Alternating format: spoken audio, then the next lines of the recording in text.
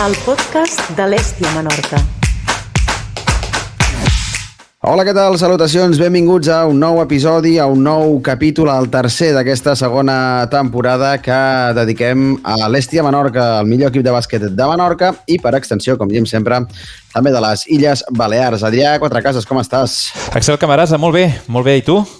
Doncs molt bé, esgotat després del partit. És com si m'haguessin tret l'energia, me l'haguessin xuclat, perquè va ser un partit molt intens, molt físic, molt dur de veure, amb molt poca inspiració. Hem de dir, derrota de l'Hèstia, la primera de la temporada en aquesta tercera jornada, per 60 punts a 57 a la pista d'un Guipúscoa que encara no coneixia la victòria, i hem de dir que va ser un partit igualat, Adrià. Podria haver caigut de qualsevol de les dues bandes. Era un dia en què les coses no van sortir a l'Hèstia Menorca, però tampoc segurament al rival tal com volien, i doncs qüestions de detalls van fer que l'Hèstia no pogués emportar-se la tercera victòria, que l'hagués col·locat en una posició de privilegi. La jornada anterior vam guanyar la pròrroga d'un punt amb el rival fallant 2 tirs lliures per poder guanyar, diguem, de manera fàcil. Aquesta jornada podem dir que va una mica al revés, no? Ens vam encallar en els moments decisius després d'un marge en el marcador bastant important i al final, doncs, derrota. Jo crec que, i entro a fons ja, jo crec que ja no és tant el resultat, sinó com les males sensacions o dubtes que deixa una mica aquesta derrota, no? Com el partit el pot tenir tothom, però vull dir, l'equip no va estar massa inspirat ni massa fluid. No, hi ha una mica aquell efecte contagi, A vegades passa això, que quan comences amb el peu esquerre, o no sé quin és el dolent, mai sé quin és el dolent, però l'esquerra. Doncs sí, comences amb el peu esquerre, després és com que no hi ha manera de llevar-te aquesta mala sensació de només arrencar. I la primera meitat va ser tan nefasta per part dels dos equips, va ser tan horrible que quan no entren els tirs de ningú, de cap jugador, acabes la primera part amb un resultat de minibàsquet. Correcte. Primera part vam acabar 26 punts a 23. Hèstia Menorca al primer quart va fer 9 punts. I en el darrer també. Clar. És molt difícil guanyar un partit de bàsquet fent 9 punts per quart. És molt difícil. Ja dic, jo crec que hi ha un efecte contagi, però el que més em va preocupar d'aquest partit segurament és la sensació de que amb un avantatge de 10 o 12 punts al darrer quart, perquè el tercer quart, el darrer quart va ser un drama, però el tercer quart va funcionar força bé, l'ofensiva van entrar els tirs. Tot rotllava 25 punts. Val? I amb aquest coixinet de 10 punts o 12 punts de diferència, quan faltaven encara 7 minutacos per acabar el partit, va començar l'Hèstia Menorca a jugar al ralentí, a veure si anem a esgotar possessió, si anem consumint minuts, com si... Amarrategui, faltant moltíssima estona, faltant un munt. Això no acostuma a sortir bé i no va sortir bé. No va sortir bé perquè de cop et comences et descentres, deixes de jugar en el que t'estava funcionant en aquest tercer quart i et comences a centrar en executar temps i a mirar marcadors i a mirar cronòmetres, i això és una mala fórmula. És una mala fórmula i jo crec que va descentrar els jugadors i van començar a prendre males decisions, tant en atac com en defensa. El cert és que les dues primeres jornades, per no ser ultracrítics, no s'acaba el món, l'equip va mostrar un bon paper i es va guanyar amb un joc supervistós. Aquí ja parlàvem de showtime i de triples i marcadors fregant els 100 punts. Doncs és una jornada que no va sortir absolutament res, i potser va deixar una mica en evidència el fet de que quan el cinquet inicial, que són molt bons, no acaba de rotllar, costa molt aixecar-ho, perquè un mal dia el pot tenir tothom. Arteaga va ser potser l'únic i Diego Alderete que van mantenir una mica el nivell, el llistó alt i una bona actuació. Però, per exemple, Pol Figueres, que no va tenir el dia, Ivanov, que no va tenir el dia, Lukovic, que no va tenir el dia, doncs la banqueta no van salvar-ho. No, Andràs Tanó, que havia fet bons papers, pues es va quedar amb 3 punts, vull dir, va costar. Si és que mires les estadístiques i fora del cinquet inicial, Andrés Tano 3 punts, David Gómez 0, Golden Dike 2, Willem Falk 0, Pol Molins 0, Stoilov 5, i ja s'ha acabat, I ja s'ha acabat, sí, i potser hauríem d'acompanyar aquests resultats, hauríem de dir que Tanó va jugar 12 minuts, però que Gómez va jugar-ne 4. Es va carregar tot de faltes. Sí. Golden Dike en va jugar 9, Falk en va jugar 3, Molins en va jugar 5 i Stoilov en va jugar 6. També és veritat que és difícil ja no anotar, és difícil agafar ritme. És a dir, pràcticament no és ni escalfat. Jugant 3 minuts, 5 minuts, 6 minuts, és molt difícil demanar-li a un jugador que després t'ofereixi una certa regularitat, no? És a dir, que hi ha molt poc marge. La corda és molt curta per Javi Zamora amb el seu equip suplent i segurament té motius també, és a dir, són jugadors que no li donen les garanties que et donen el 5 titular, no? Ara podríem fer una comparativa, perdona, cap dels jugadors de Guipúscoa, ni un d'ells va jugar més de 30 minuts. I cap d'ells en va jugar menys de 10. I a l'Hèstia Menorca, Ivanov 31, Pol Figueres 34, Alderete 35, Lukovic 32 i Arteaga 29, però d'aquests tots del tirón, perquè és allò que juga Stoilov al principi, va jugar 6 o 7 minuts al principi i ja no va tornar a entrar. Sí. Vull dir que també els 9 punts del darrer quart i aquest bloqueig doncs segurament també té una part d'explicació de desgast físic, perquè va ser un partit molt físic, molt intens, de molta defensa i de molt córrer. Ells pressionaven a pista sencera durant molta estona, vull dir que al final pot passar factura. Sí, això ja passava la temporada anterior, que s'arribava als finals de partit molt esgotats físicament, també perquè hi havia aquesta sobrecàrrega de minuts, però és l'opció de Javi Zamora. Sí, és la seva manera de fer. Sí, vull dir que entenc que això dubto que hi hagi un gran canvi, a no ser que hi hagi incorporacions que ajudin a diluir una miqueta els minuts, però no m'imagino que hi hagi grans canvis en això a curt termini. Per tant, doncs bé, serà qüestió d'aprofitar al màxim la forma física d'aquest 5 titular i segurament d'exigir més també algunes de les peces clau. Sí. No? Penso en Pol Figueres, que comentàvem que segurament és el jugador, la incorporació estrella d'aquesta temporada. I amb Lukovic, sí. Amb Lukovic, i que hi ha una qüestió simplement que és que ja sabíem que el seu punt fort és més de director i de distribuïdor, més que d'anotador, però crec que aquest equip necessita que Pol Figueres assumeixi més tirs, perquè ho pot fer, perquè té la capacitat, perquè té el talent i perquè no hi ha gaire més pólvora a la línia exterior i és necessari que Pol Figueres assumeixi més tirs, igual que ho va fer en el primer partit, que tinc l'estadística davant, evidentment amb molt encert, però el primer partit va tirar 12 triples, ell sol va tirar 12 triples, en va fer 7, això també és veritat que quan els vas fotent t'anima a seguir insistint, però clar, va tirar 13 tirs de camp en el primer partit. El segon partit de la temporada va tirar 3. Va tirar 3 tirs de camp, 2 tirs de 2 i un tir de triple, i va fer 7 punts. I el partit d'aquesta jornada doncs va fer 6 tirs de camp i només en va anotar un.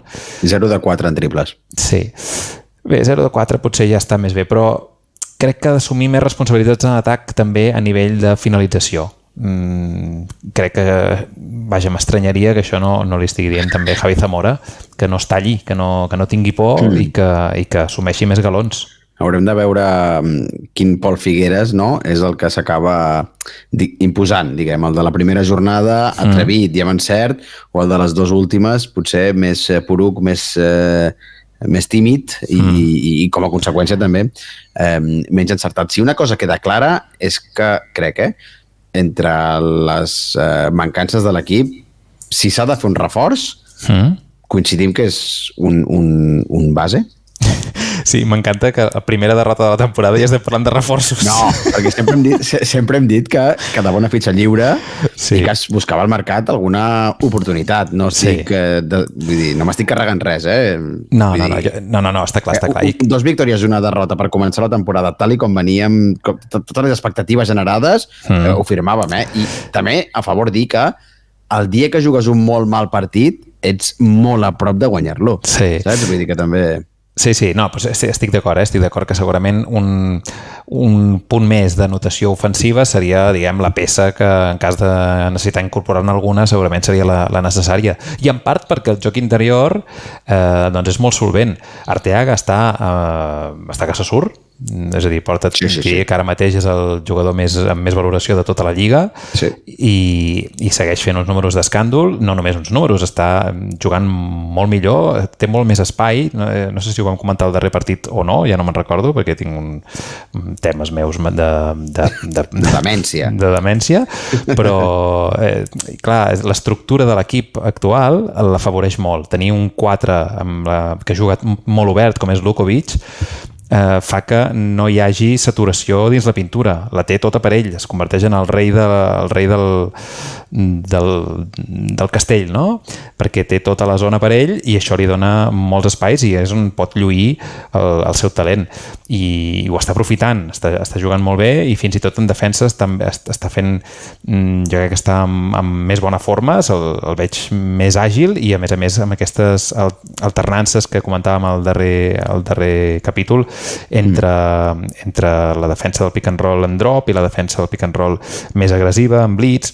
Per tant, és un punt que es manté, és un dels punts bons que s'ha mantingut també en aquesta tercera jornada. Arteaga és ara mateix el líder pel que fa a rànquing d'anotadors de la primera FEP. Acumula 70 punts en 3 partits, una mitjana de 23,3 per partit, i és el segon màxim rebotejador amb 28, poc més de 9 per partit. El líder, però, és el Derete, en porta 28 en 3 partits. Aquest cap de setmana els rebots, sobretot els ofensius, ens els van agafar bastant ells. Ens van duplicar en rebots ofensius. Aquesta és la contrapartida, no? És a dir, Lukovic et dona en atac, et genera aquests espais perquè té una tendència, és un jugador que, tot i ser alt, té una preferència pel joc exterior i això fa que també a nivell de rebot doncs, es carregui menys el rebot ofensiu. És a dir, que hi ha menys jugadors que van al rebot ofensiu i el rebot defensiu, bàsicament necessites que el Derete et faci les funcions que et feia Stevic la temporada anterior. Per tant, això sí que s'entén que hi ha aquí un intercanvi, diguem, que et beneficia per una banda i et perjudica per una altra. Una cosa que vull comentar, abans és que no hi puc deixar de pensar. Per què Stoilov juga d'inici tots els partits, les 3 jornades formen part del cinquet inicial, i després desapareix i ja no juga més, i entra Arteaga, que en teoria tenim tots clar que és el titular, Però vull dir, aquesta manera de gestionar la rotació no és habitual i no es fa amb la resta de jugadors. No sé quina explicació pot tenir que Stoilov surti d'inici. Mira, a mi se m'acuden 3 opcions. Un dia, sí que has pensat ràpid. 3 opcions. Una és allò que feia Manu Ginóbili quan jugava al San Antonio Spurs, que és que sortia sent un dels millors jugadors de l'equip, sortia des de la banqueta perquè deien que era molt intel·ligent. Quan començava el partit, ell des de la banqueta veia què feien els equips rivals i quan ell entrava a pista ja tenia clar amb aquest he de fer això, amb aquest he de fer això i això. Aquesta seria una opció optimista. També hi ha una segona opció que és física, que és Javi Zamora sap que ell vol que els seus homes principals juguin la majoria de minuts, que saps que et menjaràs 30 minuts com a mínim. Llavors, com que et vull pel final, fem una cosa, descansa el primer quart, que és el quart menys transcendent pel resultat final del partit, descanses els primers 10 minutets, que se'ls casqui Stoilov, i després surts a pista i ja no descanses. Llavors ja tires milles. I la tercera opció que se m'acut és que sigui un tema de que Javi Zamora creu en la bona sort. Va sortir de titular Stoilov el primer dia i va guanyar el partit, va sortir a titular el segon dia, va guanyar el partit, diu, no toquem res. Si no estàs penjat, no ho toquis. És veritat, això pot ser, Pot ser. Sí, podria ser. El cert és això. Si és supersticiós, és supersticiós. Supersticiós, exacte. No ho va fer malament, Stoilov. No. Però, clar, la diferència amb el nivell que està ara mateix Víctor Arteaga, doncs li deixa poc marge per jugar. Què més comentem?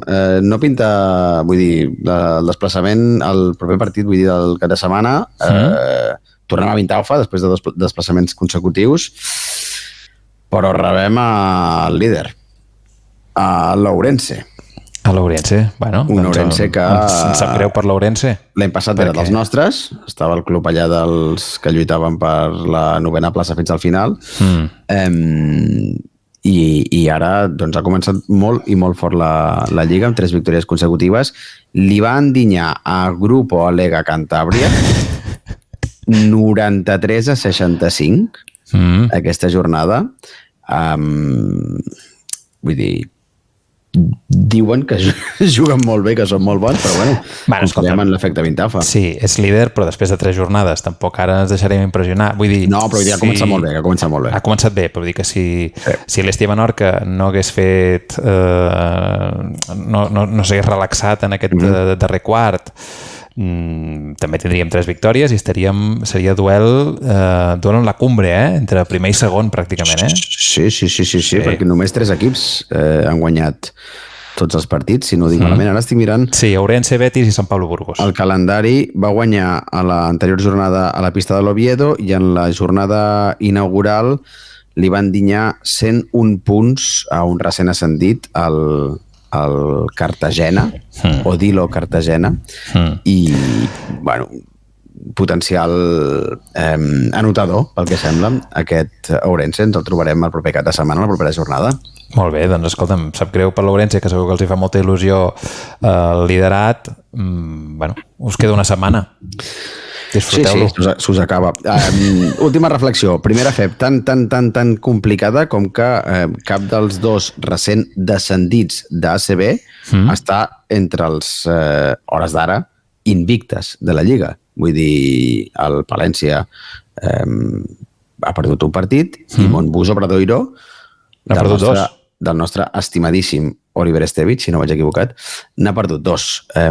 Per tant, és una lliga molt igualada i qualsevol victòria que puguem rapinyar serà benvinguda. Analitzem l'Ourense la propera setmana, Adrià, com sempre. Descansem, agafem forces, refem-nos de la derrota i afrontem de nou una jornada a Vintalfa i, com sempre, que visqui l'Estia. Que visqui l'Estia.